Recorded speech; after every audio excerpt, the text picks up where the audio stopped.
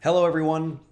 Welcome back to another day. Lighten up, guys. Lighten up, gals. Lighten up, beings.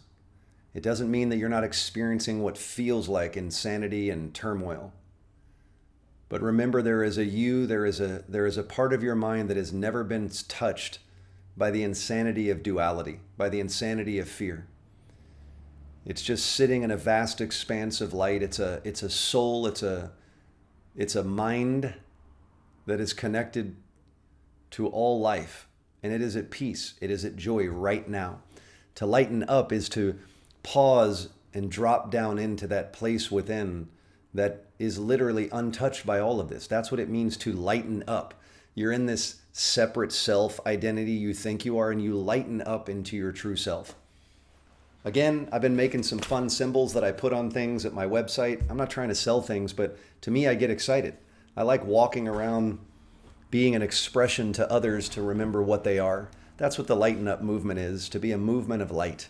Yeah. And so whether you know anything about A Course in Miracles, welcome back all the regulars. Glad you're here.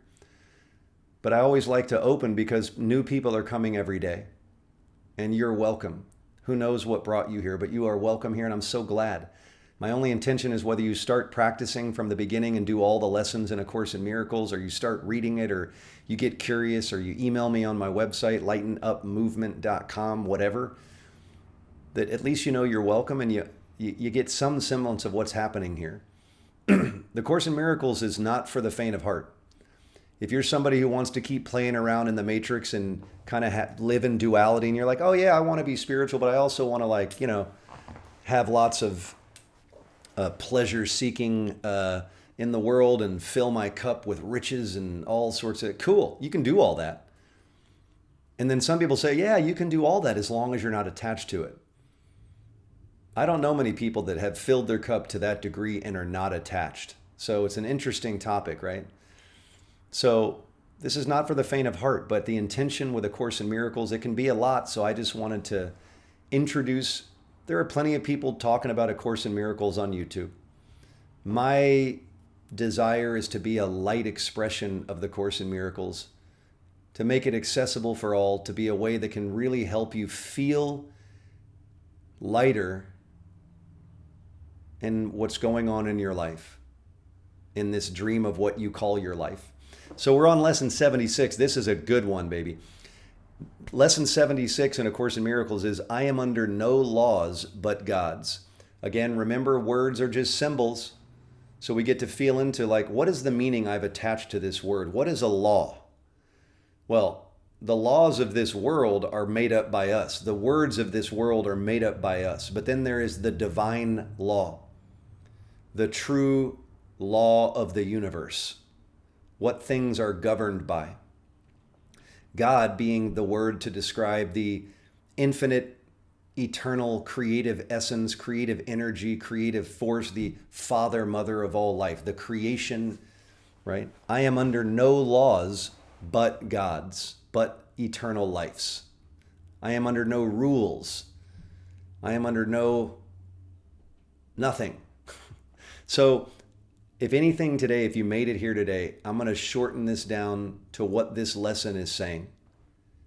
If you want to be free, then you must be willing to question and set aside every belief that you have, that you and we as a human society have made up and called it law or truth. That there is nothing that can constrict you or constrain you or harm you. If you believe that there is a world and a government and forces in this dream of the human experience that can harm you, your belief will make it so. Our collective belief makes it so. Period. Period. And if part of your mind goes, no, man, but this is the truth, then that is fine. It will be the truth for you is all I'm saying. But there is another way. The truth about the Christ consciousness, the enlightened nature, our divine shared holy self, our soul, is under no law. Again, I think back, whether it was actually said or not, it's quoted in a lot of books and movies in the New Testament. Again, the Course in Miracles is a Christed path, but it's not a religion. But I reference the idea of Jesus standing in front of Pontius Pilate and having a conversation, and him asking, "Don't you know that I have the power to crucify you? Don't you have anything to say? Like, I'm the one that has the decision, the power, whether you live or die." And it always brought me to tears when I was a kid. And I guess that's maybe my soul knowing the truth of these statements, where he looked him in the eye and he said, "You would have no power over me unless it was given to you." Unless we give something power in our belief and in our mind, it has no power. And since there's no laws but God's, there really is no power that can touch us. So, you are under no power other than your own belief. You have the keys to set you free. You might need to surround yourself with people and groups of people that are bringing this out in us, the awakening. But that is the essence of this lesson. So let's begin. Lesson 76, I am under no laws but God's. We have observed before how many senseless things have seemed to you to be freedom. It says salvation, but as I remind you, I always like to change the words that seem to be more accurate to the essence, to this now 2026. I feel like salvation is such like a 1960s term, which is when Helen Schuckman channeled Jesus in this book. We have observed before how many senseless things have seemed to you to be freedom. Each has imprisoned you with laws as senseless as itself. You are not bound by them. Yet, to understand that this is so, to understand this, you must first realize freedom doesn't lie there. Meaning, for you to understand this, you first have to realize that freedom isn't in fact there. So what it's saying is, in order to believe that only God's reality is true, you first have to truly realize that all the senseless aims that you've done to find freedom, to find enlightenment, to find liberation, you have to really see that they are not there. Because if you still believe that all these different aims in your life you'll keep trying to achieve it in ways and with people and places and events that don't have anything to offer you. While you would seek for it in things which have no meaning, you bind yourself to laws which make no sense. I'll read that again. While you would seek for freedom in things which have no meaning, you bind yourself to laws which make no sense. Thus, do you seek to prove freedom is where it is not? Do you seek to prove freedom where it is not? I'm telling you, it's in... Look, I'm not going to trigger people, but the only path to freedom is examining the beliefs of your mind that tell you that this reality of separation has anything to offer you at all. Freedom is only in closing your eyes and saying, "Father, Mother, God, Light, reveal to me the truth that you know. I am the Christ. What I am is an infinite, eternal expression of mind, of soul, of spirit. I am not this body. I am not in form, and there is no limitation to what I am. Let all things that are not that be dissolved back into the nothingness." So, check this next paragraph out. Today, we will be glad you cannot prove it. So we're basically going to be glad that we can't prove the senseless aims and the laws of this world that seem to hurt us, that seem to affect us. For if you could, you would forever seek where freedom is not and never find it. The idea for today tells you once again how simple is freedom, is awakening. Look for freedom where it waits for you, and there it can be found. Look for freedom where it waits for you, and there it will be found. Look nowhere else, for it is nowhere else. Look nowhere else, for it is nowhere else. Think of the freedom in the recognition that you are not bound or imprisoned to all the strange and twisted rules and laws you have set up to save you. Think of the freedom in the recognition that all the things that you've set up that will save you and set you free, right? That you are not bound to those. You're not constricted to those. You really think, so this is the first paragraph maybe in all the lessons that might start to give you a little unrest, but you're right where you're supposed to be. Just notice the ego in you getting squirmy and being like, the light has come. That's not me. I see it squirming. Okay. You really think that you will starve unless you have stacks of green paper, strips and piles of metal discs, money and coins.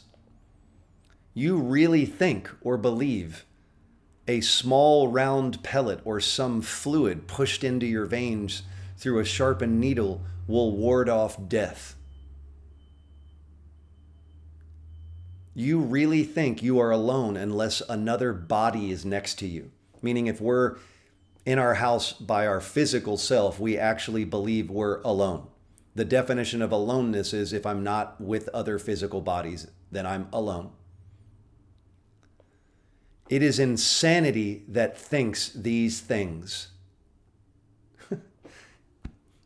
It brings me emotion because simultaneously I can feel the part of me that has clung to all those things is true and feels terrified to let it go. And all I've learned to say is that part that feels scared is not what I am. And I will witness it and allow it, but I will not identify as it. Money, medical remedies, having other physical bodies near me, that means I'm not alone. That means I'm healthy. That means I have enough. It is insanity that thinks these things. You call them laws and put them under different names in a long catalog of rituals that have no use and serve no purpose. You think you must obey the laws of medicine, the laws of economics, and the laws of health. Protect the body and you will be saved. These are not laws, but madness. The body is endangered by the mind that hurts itself. The mind that misbelieves, the mind that misjudges, the mind that misidentifies. The body is only endangered by the mind that hurts itself. The body suffers that the mind will fail to see it is the victim of itself.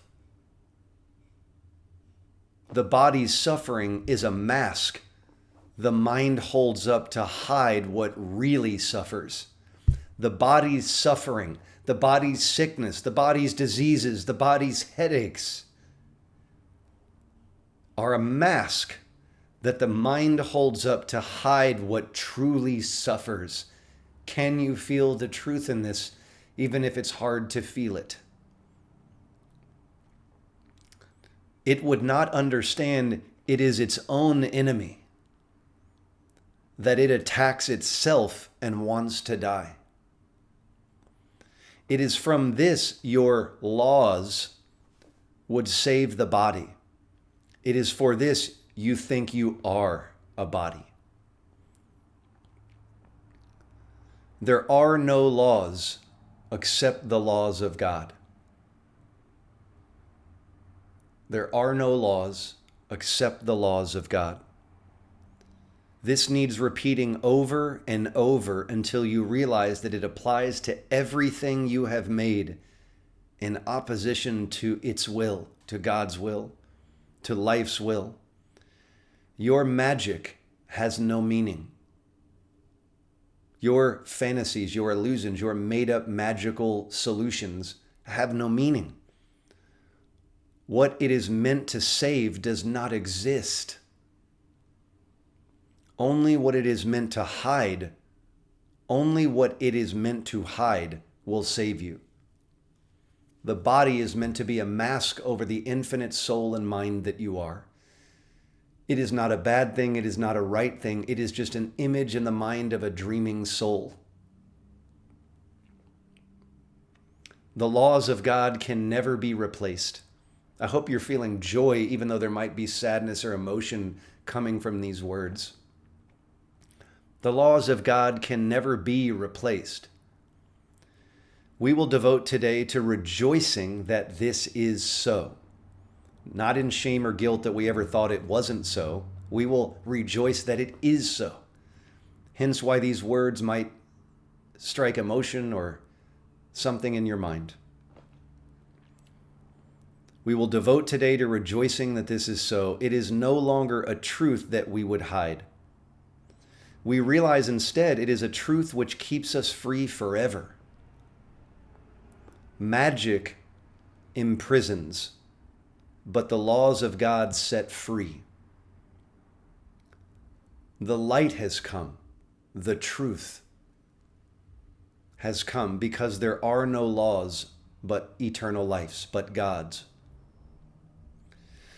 We will begin the longer practice periods. So we're getting into meditation. We will begin the longer practice periods today with a short review of some of the different kinds of laws, rules, ideas that we have believed we must obey.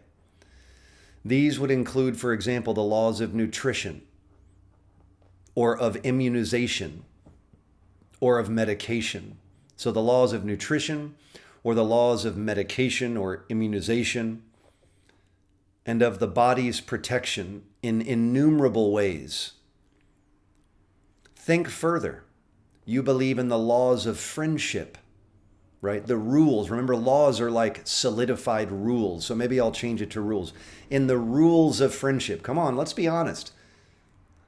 How many of you think like, hey, this is my friend, I love them dearly, but if they don't stick to what I think friendship should look like, how I've defined it, they're no friend of mine. We disown our brothers and sisters like that. The laws of friendship, of good relationships and reciprocity. Perhaps you even think that there are laws which set forth what is God's and what is yours. Many religions and spiritualities, many religions have been based on this. They would not save but damn in heaven's name. They would not save or set free, but they would actually condemn other people in heaven's name. Yet they are no more strange than the other laws you hold must be obeyed to make you safe. There are no laws but God's. Dismiss all foolish magical beliefs today and hold your mind in silent meditation, in silent readiness to hear the voice with a capital V that speaks the truth to you. You will be listening to one who says there is no loss under the laws of God. There is no loss. Payment is neither given nor received.